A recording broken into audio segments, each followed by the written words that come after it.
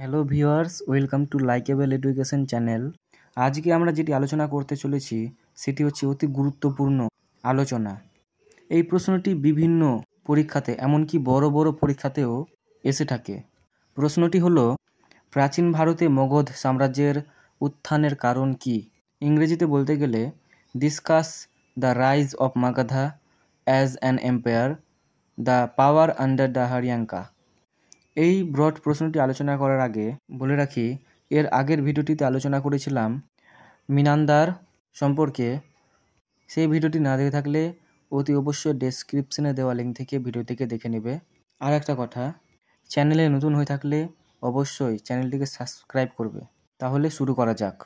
খ্রিস্টপূর্ব ষষ্ঠ শতাব্দীতে ভারতের ইতিহাসে তার অতীতের অনিশ্চয়তা উদ্ভাসিত হয়ে উঠেছিল। বৌদ্ধ গ্রন্থ অঙ্গুত্রয় নিকায় থেকে জানা যায় যে খ্রিস্টপূর্ব ষষ্ঠ শতাব্দী থেকে ভারতবর্ষ 16টি মহাজন পদে বিভক্ত ছিল। 16টি মহাজন পদের মধ্যে 4টি ছিল রাজতান্ত্রিক, যথা কৌশল, বৎস, অবন্তী ও মগধ। এখানে বলে রাখি, এই যে 4টি রাজতান্ত্রিক শক্তি, এটি ভীষণ ভীষণ ইম্পর্টেন্ট, তাই এটি মনে রাখতে হবে। তাহলে আবার লাইনটিকে পড়ছি। 16টি মহাজন পদের মধ্যে 4টি ছিল রাজতান্ত্রিক, যথা কৌশল, বৎস, অবন্তী ও মগধ, এবং অরাজতান্ত্রিক শক্তি ব্রিজি ইতিহাসের পাদপ্রদীপের আলোয় আসে এবং সার্বভৌমত্ব প্রতিষ্ঠার উদ্দেশ্যে এই শক্তিগুলি দীর্ঘকালীন প্রতিদ্বন্দ্বিতায় লিপ্ত হয়। এই প্রতিদ্বন্দ্বিতার নিতফল ছিল মগধের নেতৃত্বে সাম্রাজ্যবাদের উদ্ভব। মগধের উত্থানের পেছনে বাস্তব ভিত্তিক কতগুলি কারণ দায়ী ছিল। এগুলি হলো, প্রথমত, ভৌগোলিক দিক দিয়ে মগধ ছিল পূর্ব ভারত ও পশ্চিম ভারতের মধ্যে যোগাযোগের একটি প্রধান কেন্দ্রস্থল। প্রকৃতি মগধ রাজ্য এবং প্রারম্ভিক পর্বে রাজধানী রাজগৃহকে বিভিন্ন দিক থেকে বেষ্টন করে রেখেছিল। গঙ্গা, সোন ও গণ্ডক নদীর 3 দিক থেকে মগধকে বেষ্টন করে রাখার বহিঃ শত্রু আক্রমণ থেকে মগধ নিজেকে রক্ষা করার পথ খুঁজে পায়। রাজধানী রাজগৃহ 5টি পাহাড় ও বৃহত্তর প্রাচীর দ্বারা পরিবেষ্টিত ছিল। পরবর্তীকালে রাজধানী পাটলিপুত্র নগরী গঙ্গা ও সোন নদীর সঙ্গমস্থলে অবস্থিত ছিল। এইভাবে মগধ ও তার রাজধানী প্রকৃতির দ্বারাই বেষ্টিত হওয়ায় একদিকে যেমন তার পক্ষে আত্মরক্ষার পথ সহজ হয়েছিল, অপরদিকে তেমনি শত্রুপক্ষকে আক্রমণ করতে তার পক্ষে সুবিধাজনক হয়ে ওঠে। এই সঙ্গে যুক্ত হয়েছিল মগধের বিশাল জনশক্তি, যাকে সুগঠিত করে পদাতিক বাহিনী গঠন করা অনায়াসেই সম্ভব হয়ে উঠেছিল। এবার দ্বিতীয়ত, প্রাকৃতিক সম্পদ ছিল মগধ রাজ্যের অভ্যুত্থানের পক্ষে সহায়ক। মগধের জঙ্গলে প্রাপ্ত হাতি সামরিক শক্তির বৃদ্ধি ঘটিয়েছিল। অপরদিকে রাজকোষের সচ্ছলতার পেছনেও জঙ্গলগুলি যথেষ্ট ভূমিকা ছিল, কেননা জঙ্গল থেকে প্রাপ্ত দামি কাঠ দেশের অর্থনৈতিক সমৃদ্ধির একটি বড় উৎস হিসেবে কাজ করেছিল। মগধ রাজ্যের অন্তর্ভুক্ত মালভূম, সিংভূম প্রভৃতি স্থান থেকে প্রচুর ধন ও সম্পদ পাওয়া যেত। এবার তৃতীয়ত, মগধের অভ্যুত্থানের পেছনে কৃষি নির্ভর অর্থনীতির গুরুত্বপূর্ণ ভূমিকা পালন করেছিল। গঙ্গা ও সোন নদীর পলিমাটি গঙ্গা ও সোন নদীর পলিমাটি সম্বন্ধিত মগধের জমি ছিল খুবই উর্বর। বছরে 2 বার ফসল উৎপাদিত হওয়ার সুবাদে কৃষি অর্থনীতি দৃঢ়তর হয়, ফলে রাজকোষ সমৃদ্ধ হয়ে ওঠে।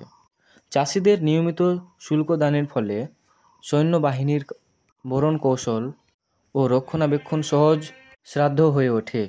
এইভাবে কৃষি মগধের অর্থনৈতিক বিকাশের প্রধান অবলম্বন হয়ে দাঁড়ায়, যা সাম্রাজ্যবাদের উদ্ভবের সহায়ক হয়। এবার আসছে চতুর্থত, মগধ রাজ্যের সুবিধাজনক ভৌগোলিক অবস্থানের ফলে নিয়মিত গাঙ্গেয় মালভূমিতে নিয়ন্ত্রণ করা সহজ সাধ্য ছিল। গঙ্গা নদীর উপর মগধের নিয়ন্ত্রণ থাকায় নৌবাণিজ্য স্বাভাবিকভাবেই ত্বরান্বিত হয়ে ওঠে। বিম্বিসার কর্তৃক অঙ্গ রাজ্যের জয়ের ফলে বৈদেশিক বাণিজ্যের সম্প্রসারিত হয়। রমিলা থাপারের মতে, অঙ্গ জয়ের পরে মগধের যে বাণিজ্যিক সম্প্রসারণ ঘটেছিল তা ছিল রীতিমতো লাভজনক। পঞ্চমত, ধর্মীয় তথা সাংস্কৃতিক জাগরণ মগধের সাম্রাজ্যবাদের ক্ষেত্রে তৈরি সহায়ক হয়েছিল। মগধ ও তার সন্নিহিত এলাকা দীর্ঘকাল ধরেই বৈদিক সংস্কৃতির বাইরে ছিল এবং পরবর্তীকালে বৈদিক আর্য সংস্কৃতি মগধে অনুপ্রবেশের করলে একটি মিশ্র সংস্কৃতি উদ্ভব ঘটে। খ্রিস্টপূর্ব ষষ্ঠ শতাব্দীর পূর্বে মগধের সাম্রাজ্যবাদের জয়যাত্রা শুরু হওয়ার প্রাককালে, যেখানে বুদ্ধদেব ও মহাবীরের নেতৃত্বে যথাক্রমে বৌদ্ধ ও জৈন ধর্ম প্রসারের যে ক্ষেত্র প্রস্তুত হয়েছিল তা একে আরও গতিশীল করে তোলে। এইসব অনুকূল পরিস্থিতি নিঃসন্দেহে মগধের সাম্রাজ্যবাদের পেছনে সাহায্য করেছিল। এর সঙ্গে মগধের উদ্ভবে ব্যক্তিত্বের ভূমিকা যথেষ্ট ছিল। এদের মধ্যে উল্লেখযোগ্য হলেন বিম্বিসার, অজাতশত্রু, শিশুনাগ ও মহাপদ্মনন্দ প্রমুখ। সাম্রাজ্যবাদী স্পৃহাকে চরিতার্থ করার জন্য এদের অদম্য প্রয়াস সর্বজন বিদিত। এবার এতক্ষণ আমরা জানলাম যে মগধ রাজ্যকে কিভাবে প্রকৃতি সমৃদ্ধ করে তুলেছে। এবার আমরা জানব হর্যাঙ্ক বংশের মাধ্যমে কিভাবে মগধ অঞ্চল শক্তিশালী হয়ে ওঠে। তাহলে আমরা জেনে নেব প্রথমে বিম্বিসার সম্পর্কে। মগধের উত্থানের পেছনে বিম্বিসারের ভূমিকা ছিল যথেষ্ট। তিনি ছিলেন হর্যাঙ্ক বংশের একজন উল্লেখযোগ্য শাসক। তিনি 4টি রাজতান্ত্রিক শক্তির সঙ্গে বৈবাহিক সম্পর্ক স্থাপন করেন। এর ফলে তার সাম্রাজ্যের শক্তি মজবুত হয়।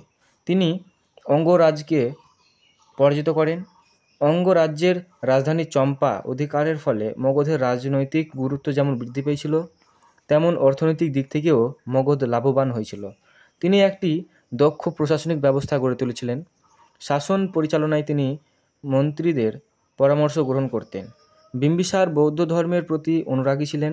বৌদ্ধ ঐতিহ্য অনুসারে পুত্র অজাতশত্রুর হাতে বিম্বিসার প্রাণনাশ হয়েছিল। এবার আসছে অজাতশত্রু। হর্যাঙ্ক বংশের পরবর্তী শাসক অজাতশত্রু ছিলেন বিম্বিসারের দ্বিতীয় স্ত্রী চেল্লেনার গর্ভজাত সন্তান।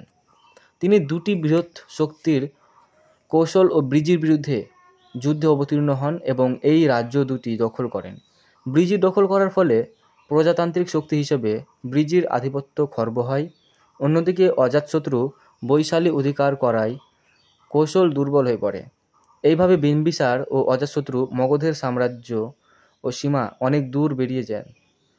অজাতশত্রু শেষ জীবন পর্যন্ত বৌদ্ধ ধর্মের অনুরাগী ছিলেন। অজাতশত্রুর পর মগধের সিংহাসনে বসেন উদয়ভদ্র। তার কৃতিত্ব ছিল পাটল গ্রামকে কেন্দ্র করে পাটলিপুত্র নগরী নির্মাণ করা। এই বংশের শেষ শাসক ছিলেন নাগদশক। তাকে নিহত করে শিশুনাগ মগধের সিংহাসনে বসেন এবং হর্যাঙ্ক বংশের পতন ঘটে। তাহলে ভিউয়ার্স, আজকের আলোচনা এই পর্যন্তই ছিল। ভিডিওটি যদি ইনফরমেটিভ মনে হয় তাহলে ভিডিওটিকে অতি অবশ্যই একটা লাইক করবে এবং চ্যানেলে নতুন হয়ে থাকলে চ্যানেলটিকে অবশ্যই সাবস্ক্রাইব করে বেল আইকন অন করতে একেবারেই ভুলবে না। দেখা হচ্ছে পরবর্তী ভিডিওতে।